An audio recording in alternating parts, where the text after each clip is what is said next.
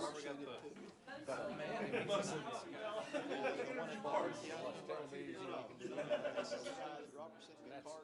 when I've got very important things I've got to deal with, I go to church office. But when I've got just regular bulletin and junk like that, I just start having.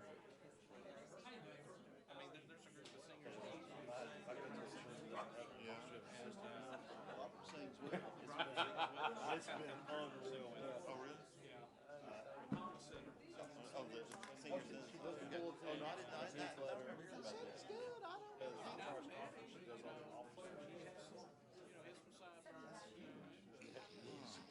So huge. So we're gonna have him instead of the UT hospital one. See, I mean, the stuff doesn't take all that. Oh, that's what I was asking for him the other day. Will Elvis come to the lobby? Elvis, will you come to the lobby? Elvis, I swear, he looks just like They had a very brief Yeah, conversation. yeah. If our financial was continuing, we may have to let it go. Weather's.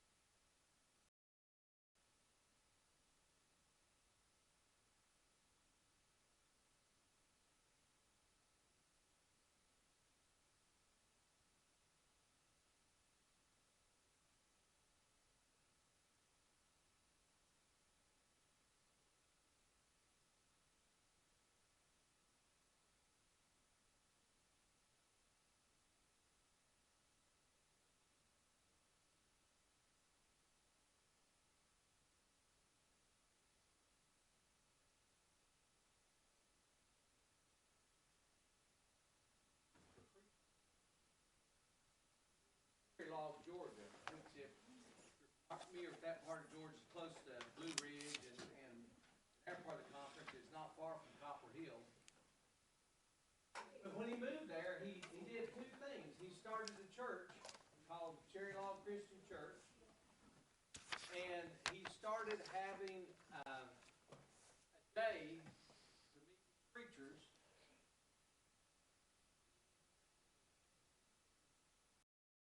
Prepared for Lent and Easter. If I remember it right, it was the first Monday in October and the first Monday in February. I'm sure that the October date's right. I'm a little fuzzier about the February date. But he would just talk about things that he felt were relevant for preachers to reflect on and to have part of their preaching during those most holy of seasons. Not that all of it's not, but Advent are those high holy times for our faith. About 42 years ago, I was sitting in a class down at Kentler. Jimmy Buskirk was talking about preaching. He said something I've never forgotten. I mean, a lot of things did not burn themselves into my brain, but this did. All people want you to do when you preach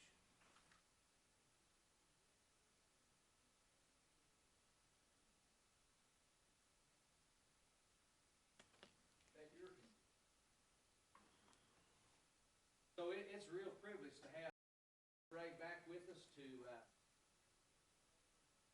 kind of get us geared up for Lent and to help us.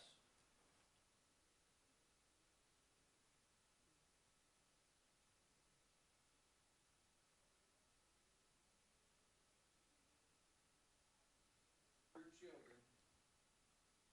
For Susan and for her willingness.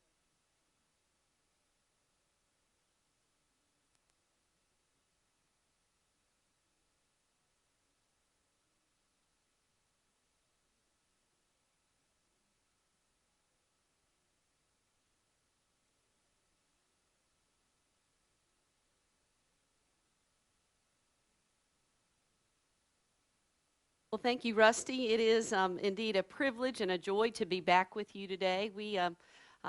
Rusty first invited me to come back in 2014, and we shared that Lent Easter pathway then, and then it came back in October for the Advent Christmas. And so a year and a half later, I'm back. And it's a joy to reconnect. Some of us have been in the room together before, and for the privilege of our lives getting to touch once more, I'm grateful. That I am convinced that what we do with the craft and call we've been given has eternal significance. And so I come to you as one who is convinced that through the use of simple syllables and words, infused by the power of the Holy Spirit, lives can be changed. And so I've given my life for that. I'll tell you the story of my own calling briefly. I went the path of Candler after seminary. I was a Carson Newman graduate, so East Tennessee. I drive up the mountain up 26 and 40, and that whole nostalgia thing kind of kicks in. Great years of my life were spent. And I went to Candler thinking that I want to be specialized ministry, Christian education, and I want to know all that I can know to have that in my toolbox. Never once thinking that I would be a preacher. The relational part of youth ministry and walking alongside families was really energizing and life-giving to me. But through the course of my seminary journey, there was a moment where I sat. It was the fall of my senior year, taking all these Christian education classes. Hadn't taken advantage of Fred Craddock or any of the other just giants. You know, like, what was I thinking? But I sat in chapel one morning, and of course, God's been doing God's work in me, you know, that whole time. And it was a Tuesday morning in chapel. And someone preached Her name was Barbara Brown Taylor. And she cracked that word right open in such a beautiful, powerful way that it cracked my heart right open. And I sat for all the life of me, just with tears streaming down my face, just sat there. Everybody else kind of left the chapel. I was left there, and I sat in that chapel and I said, "Oh God, if you would allow me to use simple words to touch lives, I'll give my life for that. If you would allow me to use simple words to touch people's lives, I'll give my life for that." And I have, and I am, and I will. Because I think the craft and call both make a difference. Several years ago, my dad had open heart surgery, and Dr. Appleby did his work to restore my dad's heart. It's a long surgery. Anybody who's waited in the waiting room knows how that feels, to pray for one you love, and then to be called back in that little room where the surgeon comes in and you hope for all the world it's good news. My mom and I sat in that little room waiting for the door to open, and Dr. Appleby came in and had good news about my dad's heart and the work he'd been able to do. And he prayed for us and prayed for my dad. And then as we went back out into the waiting room, just so full of joy, I was so grateful for him that he had spent the time, that he had trained himself, that he was so disciplined, that he could hold those little veins and arteries and the instruments of his craft, do open heart surgery and save a life. And what I want to tell you is that every Sunday, when you step up in the pulpit, you are doing open heart surgery. Your craft is with words infused by the Holy Spirit. And if people will lend you their heart, which more and more, if they're in church, that they do, your work is none less significant than the work of a heart surgeon. Every Sunday, you get the privilege and the responsibility, if you dare step in the pulpit, to do open heart surgery. I believe that. I believe that. So here's the shape of our day. What we do matters. It has eternal significance. We get to do open heart surgery. So how do we be responsible for the tools of our craft so that we don't,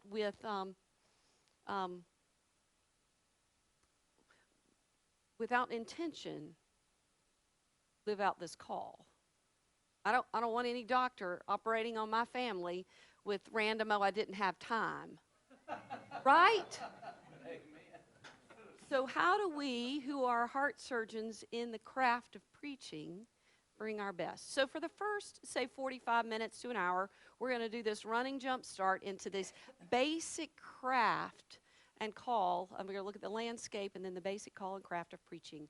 We'll take a quick break and we'll come back, and then we'll begin to look at, with the remaining time together, 3 different pathways that we might approach Lent, leading this pathway from Ash Wednesday to Easter. We'll have a lunch break in there in the middle, and then early afternoon, mid-afternoon, we'll wrap up. But again, with deep gratitude, I join you for this day of schooling and training for the craft that God's given us in our call. Now, I don't have to tell you, I'm going to keep us moving here with this. I don't have to tell you that our context has changed.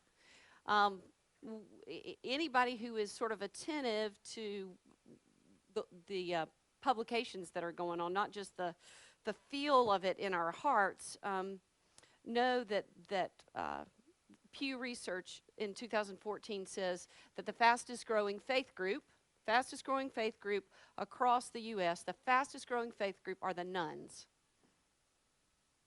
All right, they're like at 21% now. the culture that we live in classifies themselves. Are you Christian? You Protestant? You Catholic? You Jewish? You Buddhist? You Hindu? None. There is no faith preference. We have never been here before. The fastest growing faith group are the nuns. But a new emerging group that is beginning to be tracked are the Duns. I have been there, but church has become a political playground. It's become a place that becomes more exclusive rather than inclusive. I'm sort of bored because it doesn't appear that this makes any difference at all to people, and I'm not going to go out of habit anymore. I'm done. So there is a rising group of nuns. I have no faith preference, and there is beginning to be a rising group of Duns. Scary, but this is our reality. So here's the good news. You notice I said no faith preference. Nuns, no faith preference. Duns, I've done it. I've been part of a church, but it doesn't seem to be making a difference, or it's become fractured, or it's become exclusive. I'm done with it. What people are not done with is this profound desire for God. What people are not done with is a profound desire for God. The way Tom Bandy says it is this: and yet there remains a profound desire for God. If worship is simply understood as an experience of the mysterium triundum, that's sort of seminary for the touch of the holy, or as Christians might say, the real presence of God, then the desire for that experience just won't go away. So here's the good news. People are institutionally alienated but spiritually hungry. Amen. That's where we are. They're institutionally alienated. I want none of that. I'm done with that. Spiritually alienated. Institutionally alienated, but spiritually hungry. That is our landscape. Institutionally alienated. None. Done. Spiritually hungry. The desire for God, the touch of the holy, will not go away.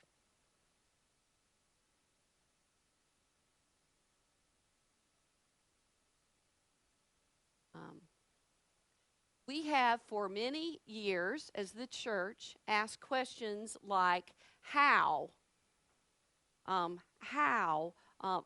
as in creative strategies, how are we going to be a seeker-sensitive church? How are we going to get people attractionally inside our buildings? How? We've asked questions about how. We've asked questions like what? What kind of music do they like? What kind of style should we use? How? Why?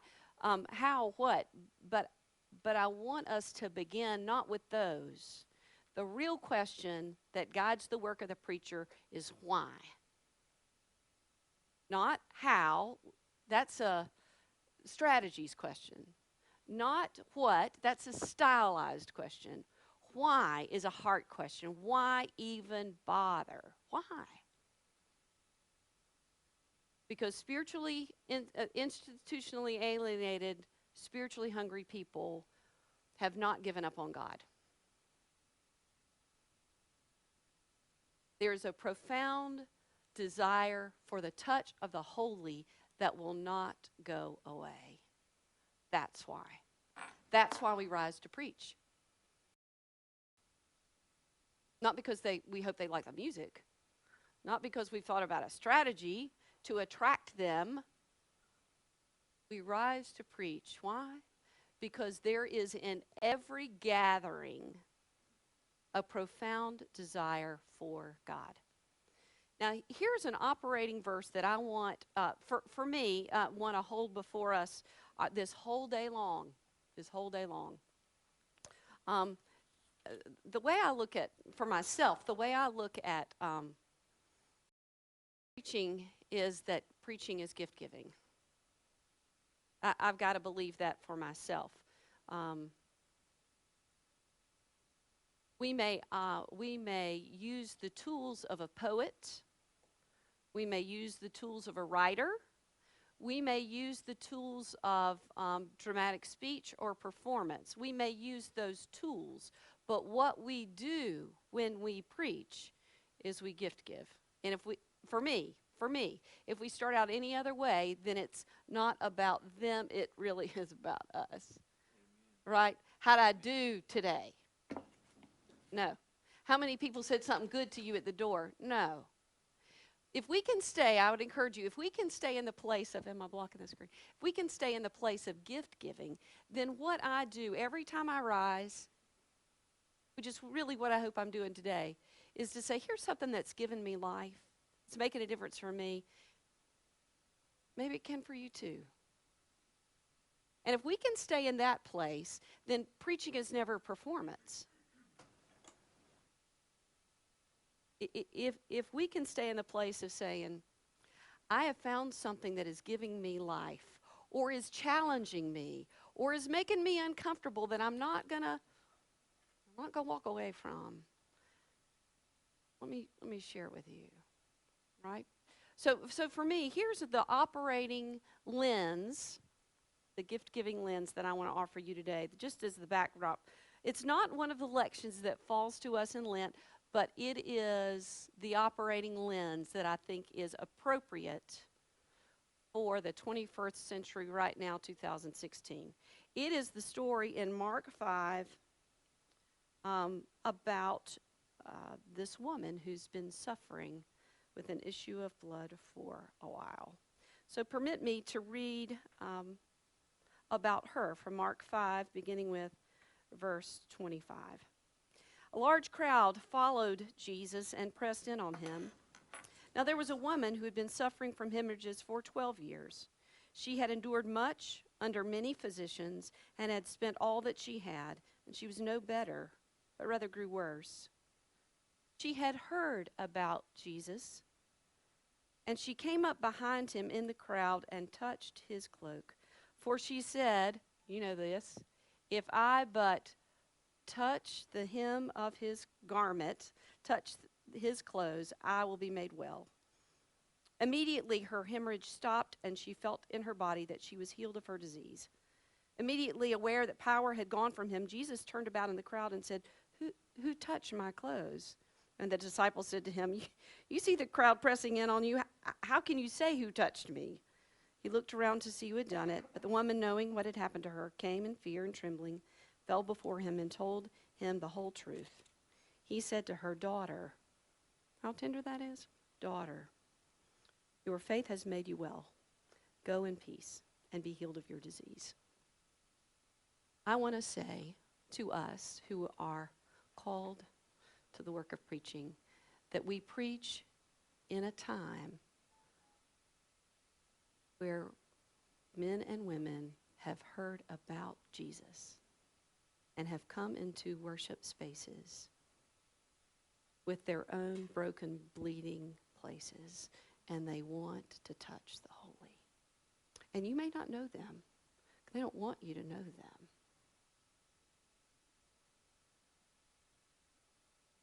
But they have heard about Jesus, and they believe that there is power with him. And they think, if I can just touch the hem of his garment, help them touch. This is about, we live in a world of nuns and duns. We live in a world of people scared that the church that they've loved is slipping away. But every Sunday, in this context now, fewer and fewer people are opting to come to church out of habit. Habit won't hold for much longer.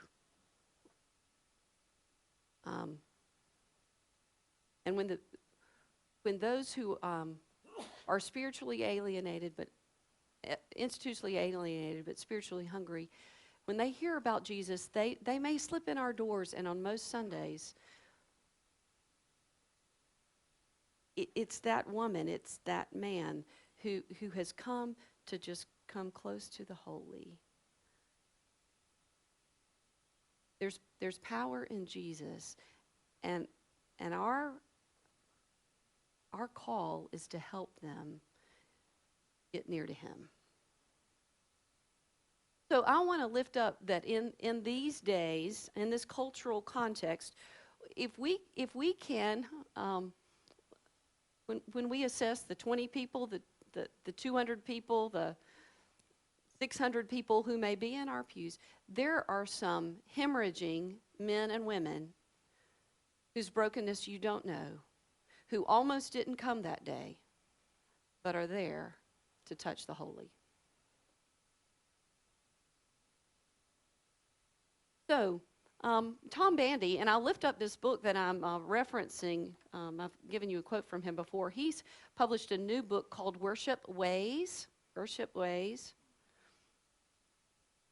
And it is a book for people within your reach.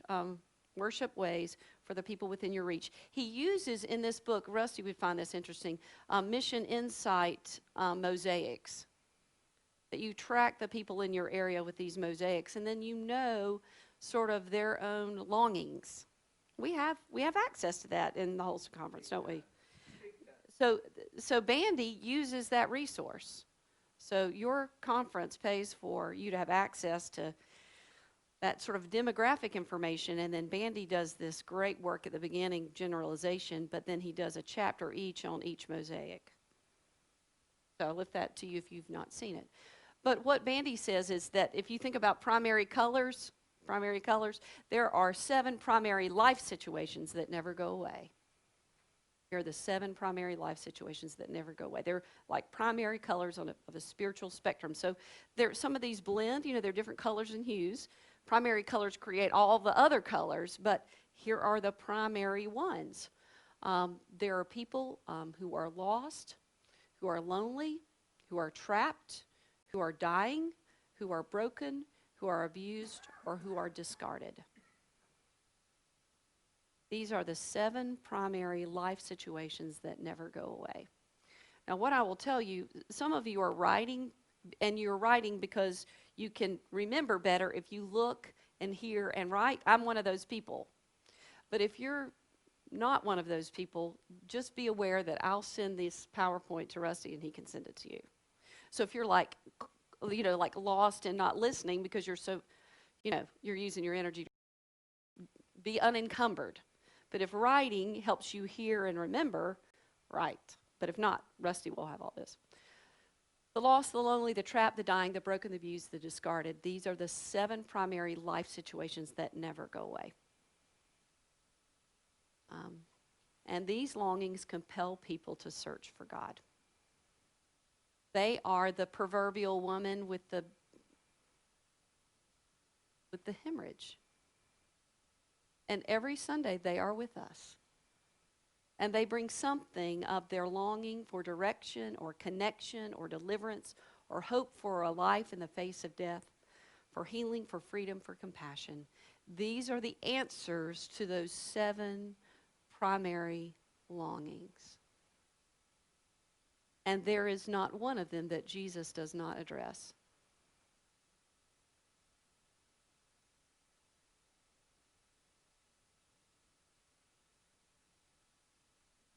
So I hope that in this first section that you are convinced, that I'm convinced that what you do matters. I'm convinced that what you do with both call and craft to all the bleeding people that you do not know who are in your pews every week matters. Amen. So on that backdrop, let's remember some things about just the rubrics of how we stay grounded in our craft, how we stay disciplined, so that we're not listening to the latest, podcast from Andy Stanley and reusing his stuff, right? You can be inspired by other people, but the relationships you have with the people in your pew cannot be duplicated anywhere else. right? I mean, we can read other people's sermons. We can listen to other people's sermons because that, if they're good with their craft, they inspire us. They help us. We may hear a story that it reminds of a story that's ours. But at the end of the day, pastors who walk with their people week in and week out are the best preachers for their people. Because you know and love them and you have a relationship with them. So let's talk a little bit about the foundation pieces. Let's just go back to basics for just a few minutes as we think about the call of the work we do weekly of sermon work. There is a habit of preparation that is crucial to our craft. I know way too many people, and I myself have been guilty often of thinking, it is a pretty day. I think I'll get my books and I'll go outside because I'll be inspired, you know. And so I'll put them in my backpack and I'll be like, well, this is not quite. Maybe I'm gonna go get some coffee. Maybe that will be a good setting and I won't be distracted there. Or if you go home away from the office, then you think, well, maybe if I just throw in a load of clothes, I mean, I'll get ahead of the chores, you know. I can spend all day trying to find the right place to be inspired. If you don't manage it, you can wander around and use a lot of time trying to find the place. Fred Craddock, who we've heralded already today, was very fond of saying, find a time, find a place, do it. His own practice was that he would get up and be ready for the day, dressed with his, cereal and coffee, and he would place himself, in the years of his retirement, he would place himself in the same chair, at the same desk, every day at 8:30. And from 8:30 to 10, and the days that he was working, it was 7:30 to 8:30, then he'd go into the office. But he says an amazing thing happens when you choose the same place at the same time every day. He learned it from writers, Somerset Maugham, others, who knew that over time, if you placed yourself in that place, your body knew what to do. If you take yourself to the same place for the same purpose, then you don't have to waste any time getting to what your body is there for. And so he would tell the story of Somerset Maugham, and he would say, he would place himself at the typewriter every day, and it was as if the voice in his head would say, okay, you're at the typewriter, you're in front of the typewriter, there is something to say inside of you, write. And he didn't wander around trying to be inspired to write. And over time, closed the gap between wandering, trying to find a place, trying to be inspired, go to the same place, the same time, every day, as best you can. I mean, there are hospital calls and surgeries and all of that. But the discipline of is very much cumulative. He would say that he would never sit in the chair that he read magazines in. He would never sit in a place where he propped up his feet. He would never sit in a place that he did. He had a chair for writing. Straight chair, kind of uncomfortable. A table, place for his coffee, place for his books. And when his body sat there, his body went straight to the work. Because over time, it knew what to do when it sat in that chair. And so the habit is to find a place, set a time, do it. The other thing that I think is helpful is to not wait till Monday to say, God, what would you have me preach Sunday? I mean, there are people who do that, but there is a real benefit to everybody who serves alongside you, musicians, children's ministry people. If you are taking the long lens look at something. And Lent, of course, gives us this, the 40 days of Lent that lead to Easter, the 50 days of Easter that lead to Pentecost. We have gaps of time, summer, and then, you can, this ordinary time is, but if we can take these chunks and live out further into it, then it is of help to us and to others. For one thing, if you leave today, or if you've been inspired today, and you tomorrow write the headings on a notebook, Ash Wednesday, this text, the second page, Lent 1, this text, third page, Lent 2, this text. If you know what the texts are and you've got your radars out, then when you're talking with people, when you're watching TV, when you're in the grocery store, when you overhear something that happens in the ICU waiting room, what you've written on your paper, because you know the scriptures that are coming, serves like a magnet. And if you know where you're going, you're not working on Monday, I got to get something up for Sunday. You've made a plan, and you don't know fully how it's going to unfold, but because it's in your mind and working in your heart, then your open and awareness to that serves you well, and it serves like a magnet to pull truths to that. And just in the evening, jot those down on whatever page they go on. You can throw them away later. Lots of stuff ends up on the cutting floor, but just capture them. The other thing worth capturing is any moment where you feel that tingle on your arm, or when your throat gets tight, or when your eyes glisten. Mark that moment. Something profound has happened that you didn't generate.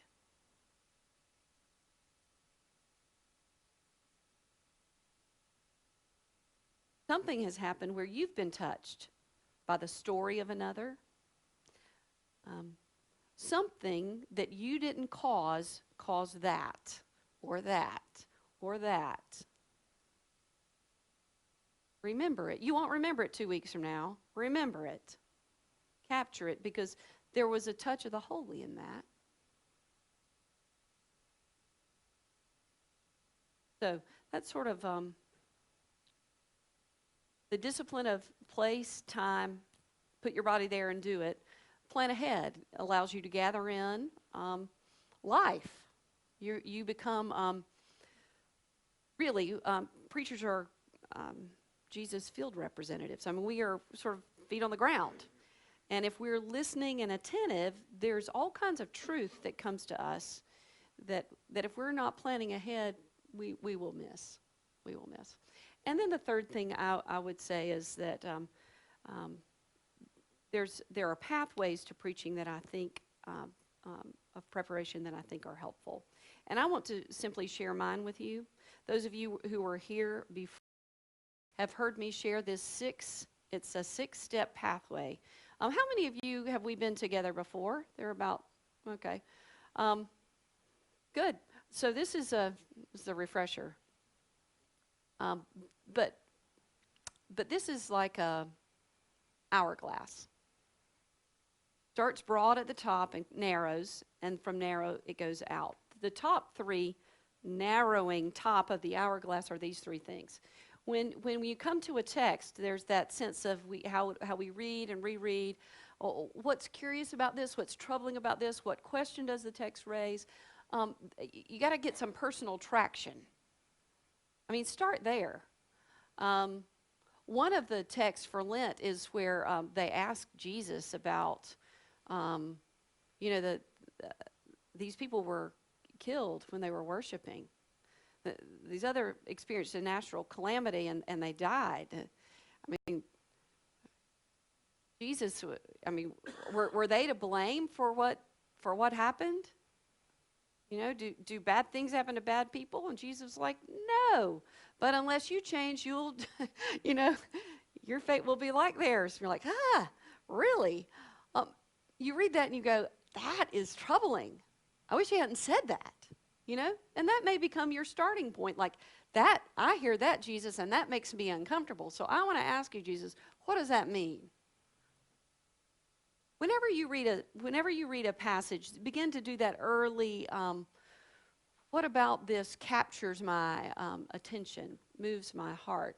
What's curious, what's troubling? Does it raise a question that I need to have answered? Get some personal traction. And then pull alongside the commentaries. I think sometimes we do it opposite. We go straight to the commentaries to see what we should think about these things, and then our creativity and personal traction shuts down. I encourage you to start the other way, that broad piece at the top of the hourglass, sort of play with the text. Some people even write the text out again, because those of us who are sort of visceral learners want to write the text out that we can read. But when we write it, we go, I have written this word 4 times. My eyes never caught it, but my hand did. And then you can kind of see, oh, that's very interesting. So do that first part, and then let the commentators assess whether you're on the right track or not. Pull alongside a couple credible commentaries. Bring the witness of the larger church to bear on these texts. Feasting on the Word is my new favorite commentary. You have it? Feasting on the Word with that wonderful 4 parallels, I think, is a great gift to us. Older commentaries are good as well, but I really do appreciate the contextual part of that exegetical and pastoral and homiletical piece. So check what you are feeling traction about with the larger church. And then, because you can't say everything, and then this won't be the only time you preach the sermon, right? This will not be the only time you preach this text. What one thing, out of all these things, knowing the people that you know, loving the people that you love, what one thing needs to be addressed for this day and for these people? So the hourglass piece is, let's read the text, let's live in it. Where's my personal traction? What's curious? What's troubling? What's beautiful? What is it about this? Let me check the commentaries. Am I on the right track? Let them inform and edit, and then say, okay, out of all the things that can be done, can be said, knowing the people that I love, the place that I serve, what's the thing that I most want to give them? Hear that gift giving? What's the thing that I most think would be helpful for them to know today? So then you get to that one line. Tom Long used to have people write a theme sentence. One sentence, a theme sentence.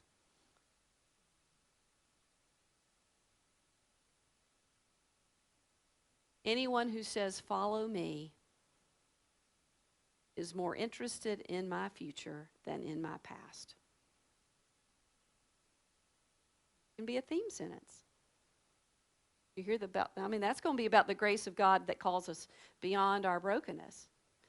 Anyone who says, follow me, is more interested in my future than in my past. That's the call of the disciples. That's a theme sentence. And so it's let's play here with all the possibilities. Let's see where the personal traction is. Let's pull in commentaries. Let's narrow down to the thing that I think would most be helpful for me and perhaps for them this week. So you get down to that one sentence. And again, it's gift giving. What is, that makes a difference to me. That really challenges me. That really blesses me. It's that. You get it down to a sentence. And then the hourglass moves out again. Once the theme is defined, the information becomes art. Okay? So if the top part is, let me think, let me study, let me define, those are all things of the head. Let me think about this passage, what moves me. Let me study, let me define. And then when you move out, the bottom part of the hourglass, it becomes art. What have I already discovered in the reflection and study that speaks the truth of this theme? And out of all the things that can be said, what is most important to say? And then consider the flow and begin placing pieces in an order that makes sense. Number 4 is really just free thinking. If I'm thinking about Jesus, who is more concerned in anybody who says follow me is more concerned about the future than about the past. then you start thinking about people who've not been able to leave the past. When have I not felt like I've been able to leave the past? There's someone that I've been blessed to know who I would not betray them to tell their story, felt stuck in their past. You know, you begin to think about it. How do I help this truth come alive? And so there's a lot of free thinking that goes on. You may have a page and a half. You know, it's just everything you can think of that speaks to that one sentence. And then you've got to just choose, because you've got about 17 minutes. Can't say all of this. What are the things that make this point?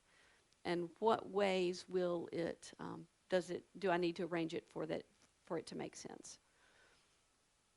The challenge here is that sometimes you read somebody else's sermon on this particular passage, or you text textweek.org or workinpreacher.org, and you think, that's a great story. Oh, that story makes this happen for me. It doesn't have anything to do with the scripture, but it's a great story, and I'm running out of time, you know? And then we make the story the priority rather than the truth of the truth of what the scripture, the priority. Yeah, we all have, because there is that sense of, oh, that's so beautiful. You stumble across something, but it needs to be, as best we can, you know, hold the reins of this. It needs to be at the service of the sermon that we're preaching and the text that needs to be in the service of the theme.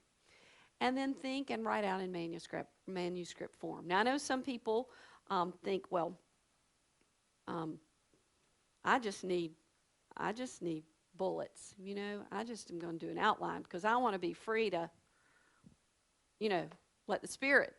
I want to be free to. Well, you are free to chase some rabbits when you do that.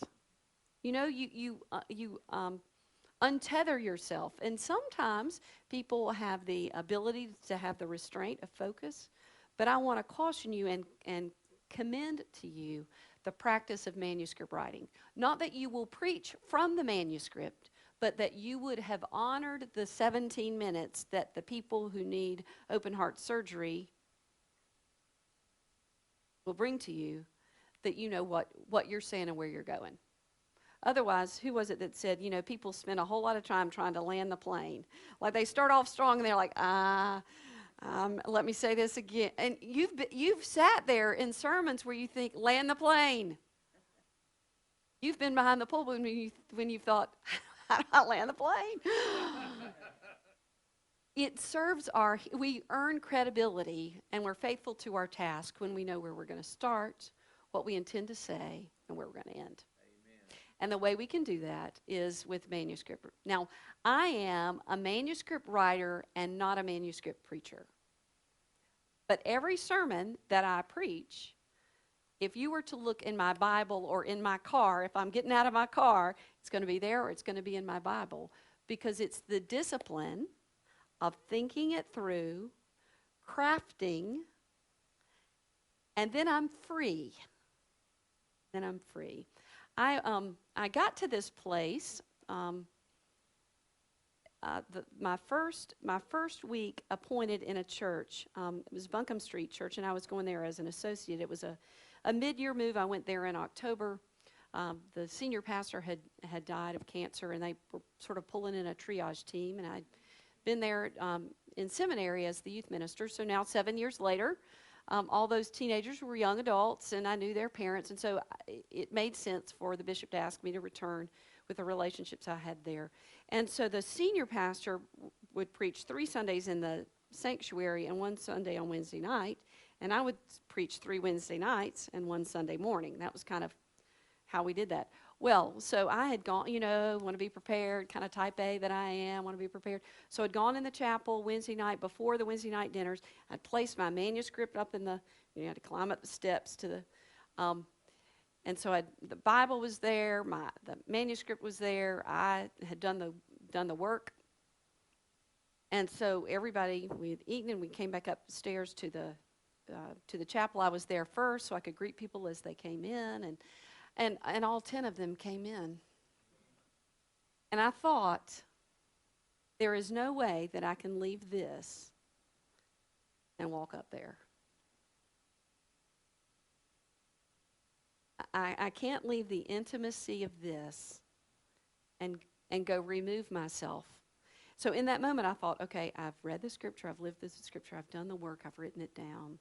I may not get all the alliteration right. I love words rightly spoken. I may not get all the alliteration right, but I dare not abruptly end the intimacy that our friendship has started to say, okay, now I'm going to go preach. So we open the Bible. But there was such energy in this that it was never worth preaching from a manuscript again. But every Sunday and every occasion for preaching, there is always a manuscript because it honors the surgeon's work of open heart surgery. So I would commend this to you. All right,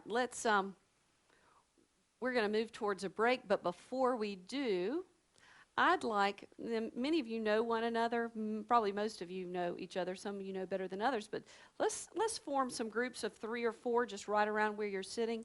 You may want to turn your chairs around and form these triads, 3 or 4 folks. And let's talk about your best practices for the weekly work of sermon preparation. I've shared with you that gift giving, here are my best practices. This is when I'm at my best, here are my best practices. But you have best practices too that are worth sharing. We're all preachers in the room who value the work that we do. So let's take several minutes to circle around with each other and let everybody have 3 or 4 minutes to share their story. That'll take us about 15 minutes, and then we'll be on a 15-minute break. Good enough? All right, let's go.